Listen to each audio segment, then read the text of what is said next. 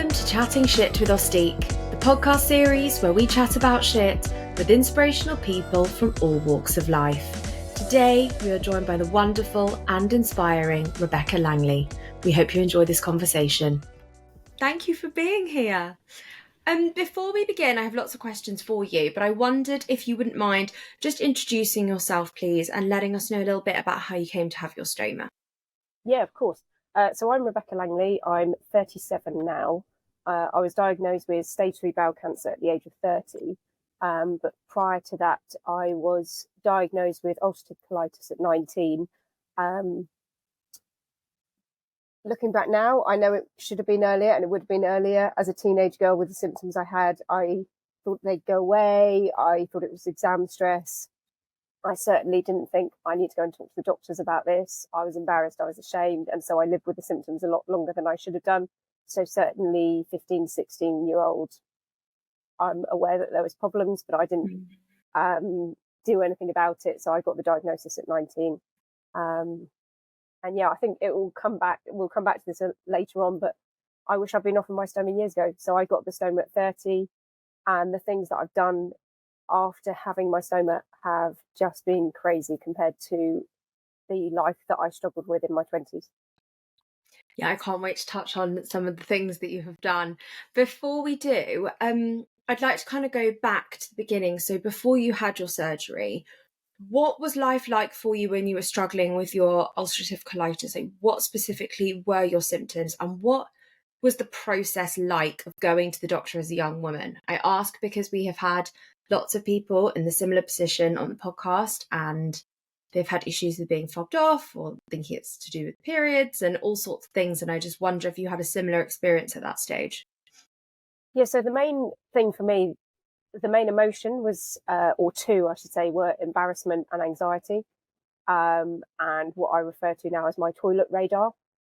So whenever I left the house, literally knew wherever the nearest toilet was. If I was going up and walking up the high street going shopping, I'd leave one shop and I'd know where the next toilet was. The urgency to go to the toilet, diarrhea, bleeding, pain, cramps, just so many of your listeners will be familiar with these. It was just exhausting, mentally and physically exhausting. It was draining. Obviously, my hemoglobin was low. I was anemic, and that was dealt with separately. But it just took all my energy. I'd go to the loo several times before I left the house. During a flare-up, I'd then know exactly where the toilets were, rush there. Was the toilet going to flush? Was there going to be a toilet available? Was there going to be a queue? I've been laughed at in toilets, which it's just a horrible, horrible time. And I wish now, and it's easy to say with hindsight, I wish now that I knew that there was the answer with the stoma. When I got my diagnosis at 19, the consultant said to me, "You're going to have this for life." And so I just thought, oh, well, you've got medicines, you've got maintenance that didn't work very well. And I'm sure many of your listeners will be familiar with that. There's loads of drugs, but some work for some patients and some work for some time, and then they stop working, or they don't work for other patients. And so I just had it in the back of my mind. I had a few colonoscopies. It's not a pleasant experience for a healthy person, let alone somebody with ulcerative colitis. And I just thought, well, what's the point in this? If I've got it for life and they know I've got colitis, what's the point? So the surveillance was bad from my part, from the doctor's part. And as I said earlier, it got to the point of a cancer diagnosis before the stoma was even mentioned. I didn't approach my GP with the symptoms, so I can't say anything on that. But I got to the point where I needed to be admitted to A&E, and that's where I got the referral for colonoscopy, and then further on the colitis diagnosis. Got it. You said it got to the point of a cancer diagnosis before somebody offered stoma. Does that mean that you think that the ulcerative colitis and the cancer were linked, or do you mean that it was just such a long period of time that you were living with it, that it took another disease to get that to come up? Yeah, so medically I couldn't say. I know obviously people with inflammatory bowel disease are at higher risk of cancer. By no means do they all go on and get cancer. Mine, as I've alluded to, was badly managed, both on my part and the doctor's part. And I can't blame that first surgeon, but the first, if you say to a 19-year-old, you're going to have this for life, that's what I took away. So it was badly managed. I can't directly connect the two. I absolutely don't want to say to all your listeners, you're going to go out and get cancer. You're not. We're at higher risk and well managed. And, had I had those colonoscopies, they would have picked up the disease a lot earlier. Yeah. So, yes, I don't want to say directly, but I'm aware there's a higher correlation between the two. Did your symptoms change at all with the onset of the cancer, or was it very difficult to pick up? So in some ways it was quite blurred, and I don't want to scare the listeners because, there were times where the doctor said to me, the gastro doctor said, and this was a few weeks before she was the one that gave me the cancer diagnosis, and she said it's a flare-up of colitis. And so that's really, really scary warning for any listeners going, whoa, what the hell, what's going on? If your doctors are on top of it, if you're having your colonoscopies, if you're being watched, I'm not saying don't worry, be aware of it, but don't worry. Yeah. Mine was bad on both parts, and I admit to that now. I avoided colonoscopies because I thought, what's the point in putting myself through this trauma? We had carers in the house at the time looking after my father, and so I couldn't guarantee getting to the toilet. So you take the Movicol, Moviprep, whatever it is, and I couldn't guarantee getting to the loo. And it was just, there was many aspects in that. And so I thought, well, why bother? Why bother? When I don't want to say but when there was first cancer in my body, I'll never know. Looking back now, I suspect it could have been up to 18 months before I got the diagnosis, and it was a stage 3 diagnosis with 4 tumours. So I don't know how slowly those could have been there, how early the warning signs could have been picked up, but I suspect if I'd gone for my colonoscopies every year, I would have not have been as poorly as I had been. One thing I will say is that I approached my gastroenterologist, who I've known for over 15 years, and I said to her afterwards, when she started to see the crazy stuff that I was doing with the stoma, I said, why didn't you offer this to me? I love this. This is amazing. This has made my life so much easier. I've got friends who've had IBD, colitis, Crohn's, and they've been offered a stoma for that. And she said, oh, you didn't like the colonoscopies. I didn't think you'd like a stoma. And I was a bit taken aback. I thought, well, I'm not quite sure that that's your judgment, and I don't know how you can say that, but that was her words. I hope I've taught her something. She's a very, very experienced and senior consultant, and I hope I've shown her that a lot of people have anxiety and worries and embarrassment about the colonoscopy, and I hope that I've shown her that just because I struggled with that doesn't mean that there's any problems in adapting stoma, because now it's the best thing ever. I wish I'd had it years ago. Nobody wants a stoma, nobody wants to be ill, nobody wants to require one, but given the circumstances, it is the best thing ever. I will never forget very early on after my surgery, going to a physio appointment, and I remember walking past the loo with my stoma and almost chuckling to myself, thinking, I don't have to know where the nearest toilet is. And it's just, I'm doing things now that I would never have done before. Yeah, it sounds like it was an incredibly freeing experience for you. Absolutely. All the sport I do, I loved swimming before. It upset the colitis. I needed to go to the toilet a lot more after swimming, whether it was the pressure or the water or whatever, I don't know. Now I can go out, I'll empty my bag before I go, I can go swimming. I haven't done that far recently, but I've done one 5K open water swim post-op. And just the idea of being in the water for not continuously, but over a 3-hour period, I think the swim was about 2.5 hours that it took me.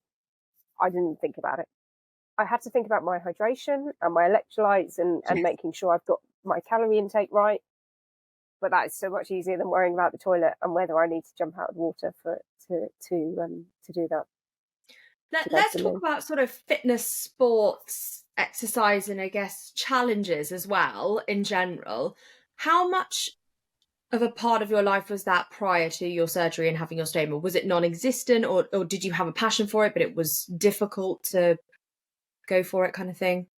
So I'll go back a bit further than that and then come back to answer your question directly. So at school, I don't know about you, but we were always tested with a 100-meter sprint, and I am not a sprinter.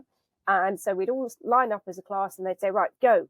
and I'd always be last. Like, come on, Rebecca, you're not putting enough effort in, you know. And so I hated sport, absolutely hated sport. I was never picked for the teams. I wasn't fast enough, and it put me off. And then in year 11, so about 15, 16, the girl in our house who was supposed to be running the 1500 meters didn't turn up. Never run that event before. They said, Rebecca, can you do it? I said, yeah, fine. I'll come, you know, I might come last. Doesn't matter. We just need somebody to do it. And I came first and beat the district champion. And I suddenly thought, oh, okay, so I can do sport. I'm just not a sprinter. And so they put me in for all the cross country things and all the long distance events. And I had some success, nothing quite as spectacular as that, which was, you know, my glory moment. Oh, great, this is amazing. But I suppose at university, I started to think, actually, I do enjoy running, and I enjoy just going out and clearing my mind and just being me. But that's when my symptoms were starting to flare up. And I'm going to be honest, I had accidents. There were times that I didn't get home in time.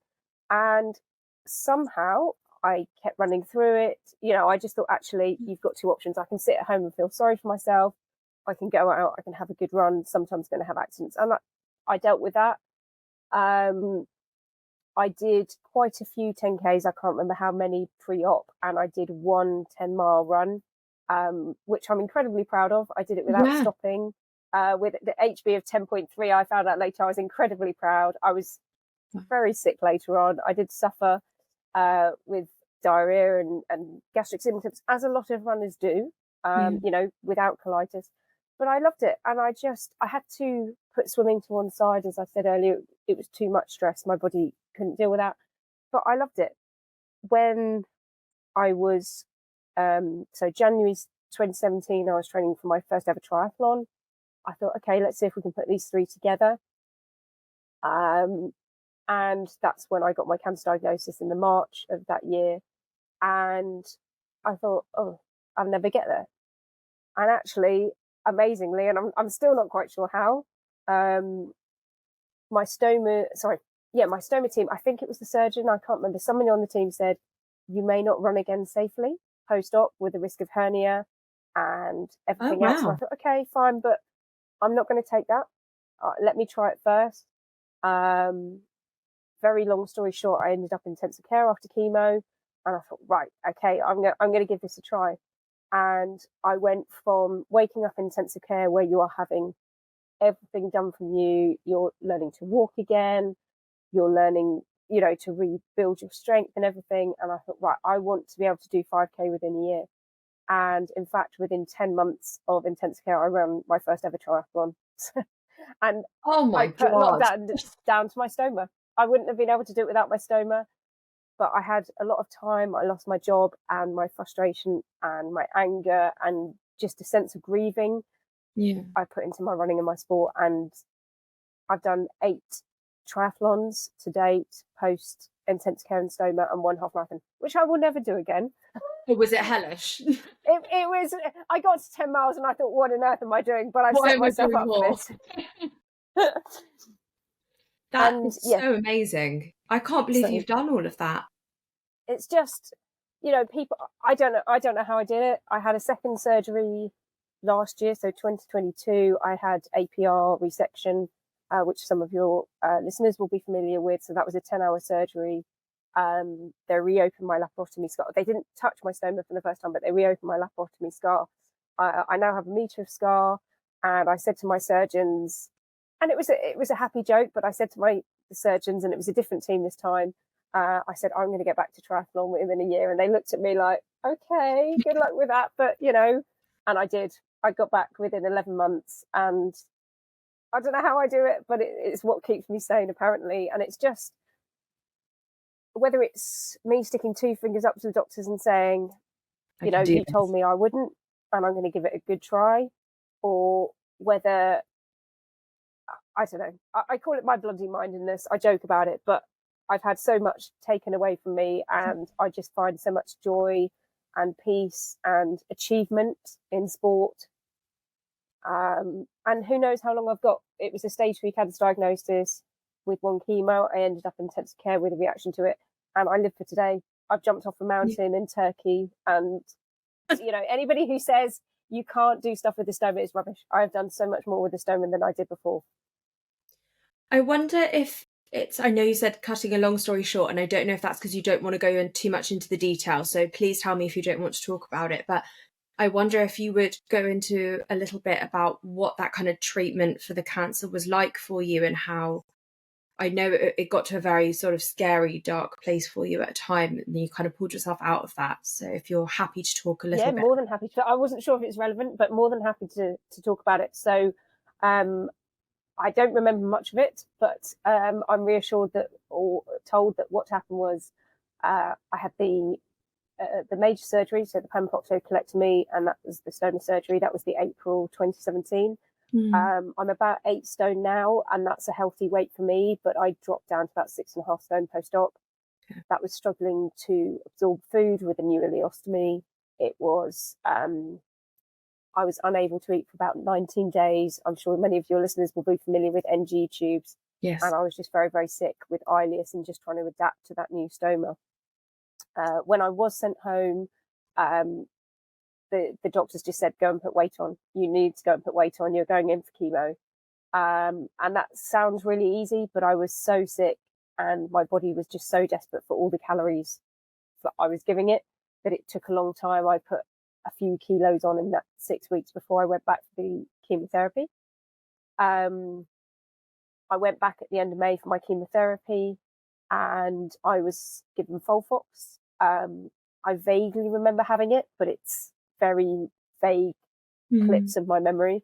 I half remember walking home, but not really. And then my mind is blank after that. I had a seizure the following morning in reaction to the chemotherapy. My sister was aware something wasn't right, and she not moved in with us, but she stayed on my floor for that night. She's like, you're not right, I'm staying here. She phoned an ambulance. I was taken in. They admitted me to the oncology ward. And then I had a second seizure the following morning. And after that, I had 4 cardiac arrests caused by a combination of the chemotherapy, medicines given in conjunction with that, and what's called QT prolonging medications, which can affect the ECG, imbalance of electrolytes from the stoma, and just being incredibly, incredibly low weight. I think I was about 42 kilos at the time. Yeah. So my family were obviously phoned and told to get there. Didn't know if I would survive. I had 4 cardiac arrests over 2 hours, as is documented, and then was put into a coma for the weekend. I vaguely remember them trying to wake me a few times, which is usual. They'll just try and wake you up and say, no, not ready. They'll put you back in. And I'm sure many people will be aware of delirium. So your brain is very confused by obviously the medicines and the sedation, everything that they put in. So what I remember is probably not or isn't accurate, because I remember going back and looking at the ICU room later and thinking, this is clean, this is really tidy, this is really neat and square, and it wasn't how I remember it at all. And your main mind plays a lot of tricks on you. So yeah, really scary time. Can I take it in 6.5 years later? I don't think so. Did I believe it at the time? I hadn't got a clue. I thought it was all a joke. I had no idea what was going on. Apparently, I said to my family, what's this? And my mum said to me, it's a stoma. And I said, well, what on earth is this? Why have I got this? And presumably the last 3 months of my memory had been wiped. And they said, oh, it's because you've had cancer. And I said, oh, that's not nice of the doctors not to tell me. And I just forgotten everything after the coma and had to start again. Having been through the surgery and thought that was enough to pick myself back up, had to start again. But I joke now, looking back at how the surgical team were quite apprehensive about how safe it would be for me to run. Whereas the ICU physios, they're in there, and I'm sure many of your listeners are aware, they're in there, right, let's go, let's get walking. And I think it was 4 days after my cardiac arrest, they had me seated, which is an effort in itself. Yeah. After all of that, with all the tubes and everything that's connected to you. And I was sitting on the seated pedals. It could have been a minute, it could have been 2 minutes, I can't remember. But they are, let's get up, let's get you moving. And that drive from them. And then I was incredibly lucky to get a really good outpatient physio. And my GP was happy to re-refer me re-refer me, because she understood the effect it would have on my mental health. Yeah. And I walked into that first outpatient appointment about 6.5 stone, unable to stand up straight because I was so weak. I had a hunchback from, guarding my stoma, but also my fractures that I acquired from the CPR. They fractured rib, sternum, and 3 vertebrae. And I had a blue badge at the time, and I walked in and I thought, if he gets me moving, if he gets me walking, great. And 18 months later, thanks to my amazing physio, I don't think either of us could have planned it or dreamt it. If somebody had said to me on that day, you'll be running a half marathon, I would have laughed at them and told them where to go. But somehow he gave me the exercises. I was determined to get stronger. And when I say stronger, I mean make a cup of tea, get in and out of the car, walk up and down the stairs, which at first was once a day. And somehow that just kept going. And I cannot thank my physio enough. He was just so supportive, and he picked up that I wanted to do things, and he guided me safely. And touch wood, I got through that without any injuries. I am 6.5 years post first op, 1.5 post second op, no hernia, and with the right support wear and the right training and core work and everything else, you can do sport safely. There's a fear, I get there, and that's right. I'll never forget the first time I went swimming. Is my bag going to come off? Is it going to leak? Is it going to smell? But when you get over that, it's the sense of freedom, and it's incredible. The things that you have overcome, and I mean, it's not like you've just kind of met expectations, you've exceeded them in a multitude of ways, which is amazing. And you were so clearly explaining the physical recovery in a way that I think will be super helpful for anyone else that is facing something like that. So thank you. What I wanted to ask about is, what was recovering like something from that mentally like, and is that something that you are still dealing with today? And if so, do you have ways to kind of cope? I know that these things can trigger kind of a PTSD. I wonder if that happened with you. Absolutely, yes. So I've had various different diagnoses. I have PTSD on some notes. I have what's called PICS, post-intensive care syndrome, on others. Some doctors have called it adjustment disorder, depression, anxiety. I'm not ashamed to say that I struggle with my mental health.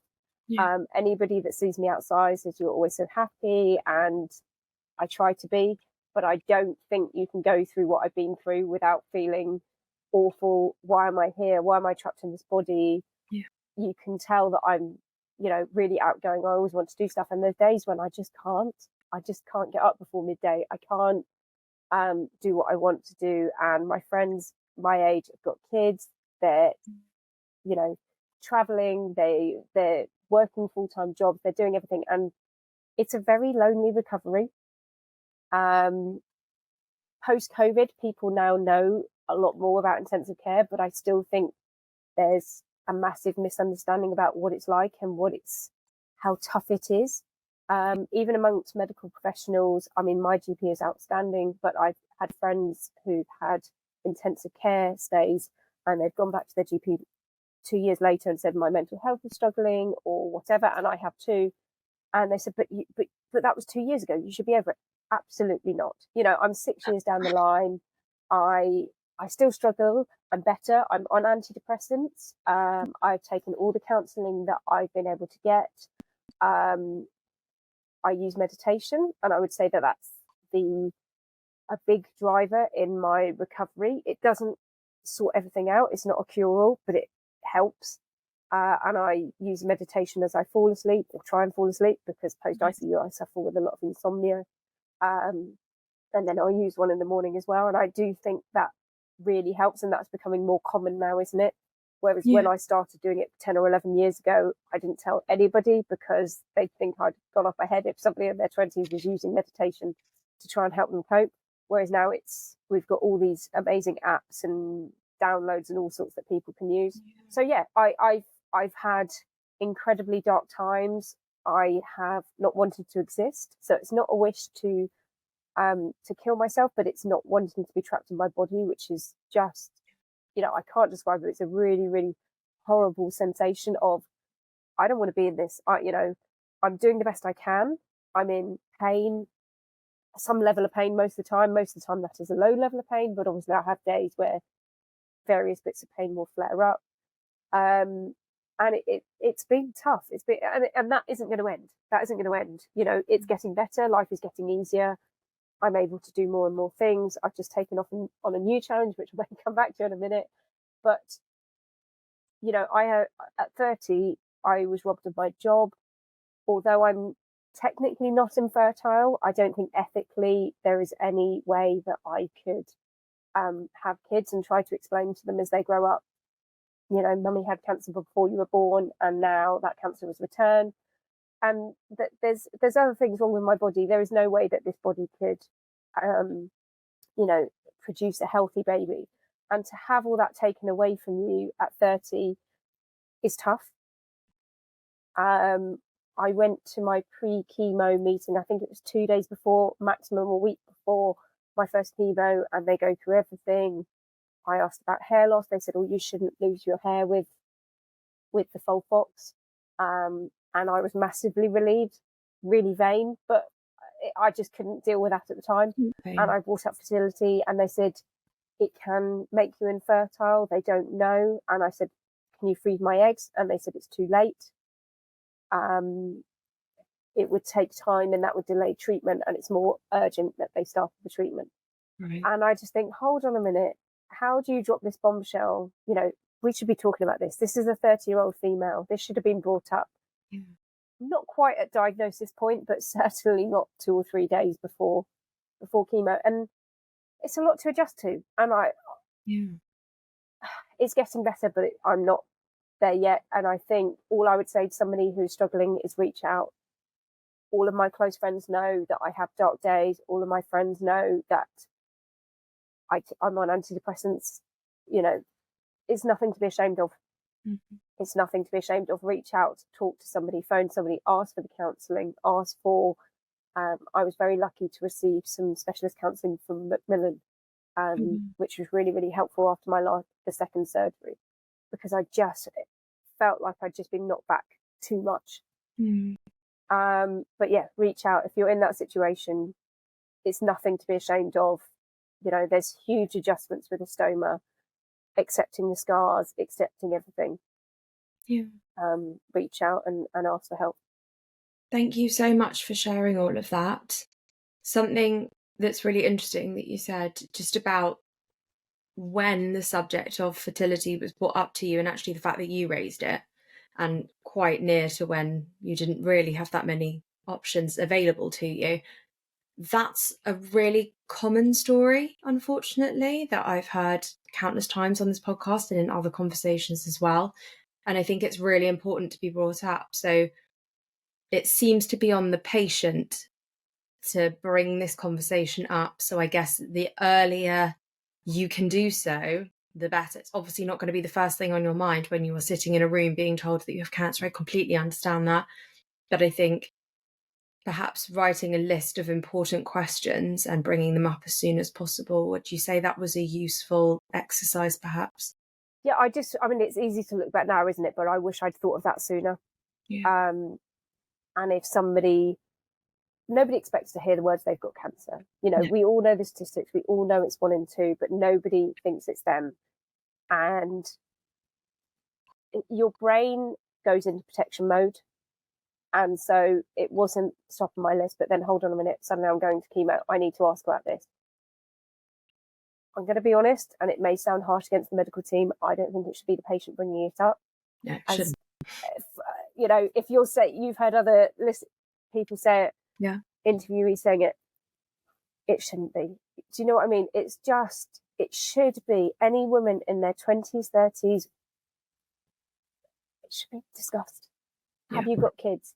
And I've heard other women who've had surgery many years before me who had kids, 1 or 2, and really wanted a second or third. Oh, but you've got kids, it doesn't matter. Oh. And I struggle, and I get the pressures on the NHS, but I just think this needs to be discussed. I shouldn't have had to bring that up 2 days a week, whatever it was before, and say, what's this? Is this okay? Is this not? No, you shouldn't have. Somebody should have come to me, and there's no perfect time. It's going to be a difficult subject to broach at any point. Yeah. But somebody should have come to me weeks before and said, do you want your eggs harvested? Because if they're saying to me, you can harvest your eggs, but it's going to delay your treatment, and actually it's more important you get your treatment, it's really, really difficult. Most of the time I've adjusted to that now, but there'll always be a maternal part of me that thinks, hold on a minute, this isn't how it is. But I know there's a lot of women out there in a similar situation who are just desperate to have kids, and it shouldn't be last minute. It shouldn't be pre-chemo chat. This should be, and don't get me wrong, some people I'm aware of in cancer support groups, they've had incredible nurses that have brought it up, and they brought it up in clinic, loads of time in advance. And it's down to specialists, isn't it? It's down to your team and when they do it. But I don't think that any medical team should look at a woman and go, oh, you've got kids, or it won't affect you. You have to bring that needs to be brought up. You mentioned that you've just taken on something new, which I want to ask you about, but I know we're running out of time. But just before we do, I really wanted to know about your book. Is it Control Alt Delete? Yes, it is. Can you tell me a bit about that? Yeah, so it's called Control Alt Delete from Resus to Runner. So the way I look at my intensive care stay is like a restart. Took me back to basics, shut down, restart. And as we've discussed, I'm in a much better place now, ironically, after everything I've been through, than I was pre-op. And it's about my hospital stay. It's about what happened. I'm very open now. I talk about stoma, about my image, about relationships, about my sporting achievements. It's just everything from 2017 forward. And also, I'm very open. I've written a DNA CPR, do not resuscitate form, a respect form, an advanced directive. And I don't see that as a negative. That's me taking control. I'm a young woman. I've been through a lot. As I've touched on briefly, I've struggled with that. I've had an absolutely miraculous recovery. Survival of cardiac arrest is low. Had I not been in hospital, I wouldn't have survived, even if my family had started CPR, which they would have done. Oh, wow. I've had an incredible, incredible recovery that nobody could have predicted. I can't go through that again. And so I have written that paperwork in place, given the cancer diagnosis, given the cardiac arrest, saying, should anything happen again, and whether that be a car accident, whether that be an illness, whether that be, look at COVID. It didn't discriminate. Yeah. It killed people of all ages. I don't want to go on a ventilator. I don't want to be put in intensive care. And a lot of people struggle with that, and I get that, but I've had a lot of time to think, probably too much time to think. And as I've said, I've jumped off a mountain. I've done 8 triathlons. I've done a half marathon. I'm doing crazy, crazy stuff. I'm living for today. Yeah. And that is not a negative. That's me taking control and saying that I would rather die in my 30s or 40s, having achieved what I want to achieve and doing the crazy stuff that I do and living for each day, than going on into my 70s and having all medicine and treatment thrown at me. And that doesn't reflect on anybody else's treatment. I respect what absolutely everybody else wants. And I know a lot of people want all treatment thrown at them. And I completely understand and I respect that. But my body has been through too much. And yes, so I talk openly about that and the crazy things that I've done. Wow. And where can people buy that if they would like to? So it's available on lulu.com, or if they can get in touch with you guys and they can email me, we can work that out. Then I'm more than happy to send them a signed copy if they want to order it through me. Perfect. Thank you. Now, I do need to just hear about what is up next for you, and then I promise I'll let you go. No, that's fine. So let's finish on a happy note. I'm a massive rugby fan. I was going to say I've never played. I have played once. I played for Team Colostomy UK once, which is rugby league. But I'm a massive rugby union fan, have been for many, many years, probably over 20 years now. I'm obviously not built to be a player. I'm beyond injured. It's not for me. But this summer, I was lucky enough to be awarded an RFU bursary to become a referee. Wow. So I've done day 1 of the course this weekend, which was just amazing and tough and such a steep learning curve, because I've self-taught. Everybody else on my course, and that was just luck of the draw, had either played or ref or coached. So I did feel, and I know there's a long way for me to go, but yes, hopefully by next June, I will be an RFU referee, which they've given 500 women a bursary to get more women into the game for the 2025 World Cup. And I didn't think I was going to get it. I'm going to be honest. I put it in thinking, no, don't be silly. You don't know enough. And I just put a line about, I was recovering from cancer. I was told I may never run again. I've done all this crazy stuff and this would be an amazing challenge. And somehow I've got it. So yes, a lot of learning ahead, a lot of excitement ahead, but just to show there are no restrictions for the stoma. And I've said it, I'll say it again. I wish I'd been given it years ago. We need to tackle the stoma stigma. It's still out there. It's still amongst the medical professionals as much as it is the public. But oh, that is just amazing. Good luck with it. Not that you need it. You're absolutely need it. I do. I'll take anything. Absolutely no chance that will be the thing you don't do. Mentally, I think it's the learning. The physical bit isn't the problem. It's all the learning. There are a lot of laws, but no, it's such an honour to have that, and just so great to be a woman in that field, and just actually you can do stuff with this stoma, and nobody would know. Rebecca, thank you so much for being here and being so open and sharing your story. I know it's going to help so many people who are listening. So thank you so much. Thank you for your time. Have you seen the new Ostique skins yet? Ostique skins are revolutionary ostomy pouch covers that were created to make the wearer feel confident, sexy and powerful in all of life's moments. From moments of intimacy to lounging by the pool, conquering a workout or simply heading out to lunch, skins have you covered. Even better, they're compatible with all major colostomy and ileostomy bags. Ostique skins are available in a range of colours and skin tones, and they're made from a revolutionary material that's completely waterproof, high quality, soft and comfortable. Skins are easy to use, even with reduced dexterity, and they work with both closed and drainable bags. Plus, skins are also environmentally friendly and vegan. There are 4 bundles available to buy now, and you can also purchase individual skins. Head to ostique.co.uk to find out more.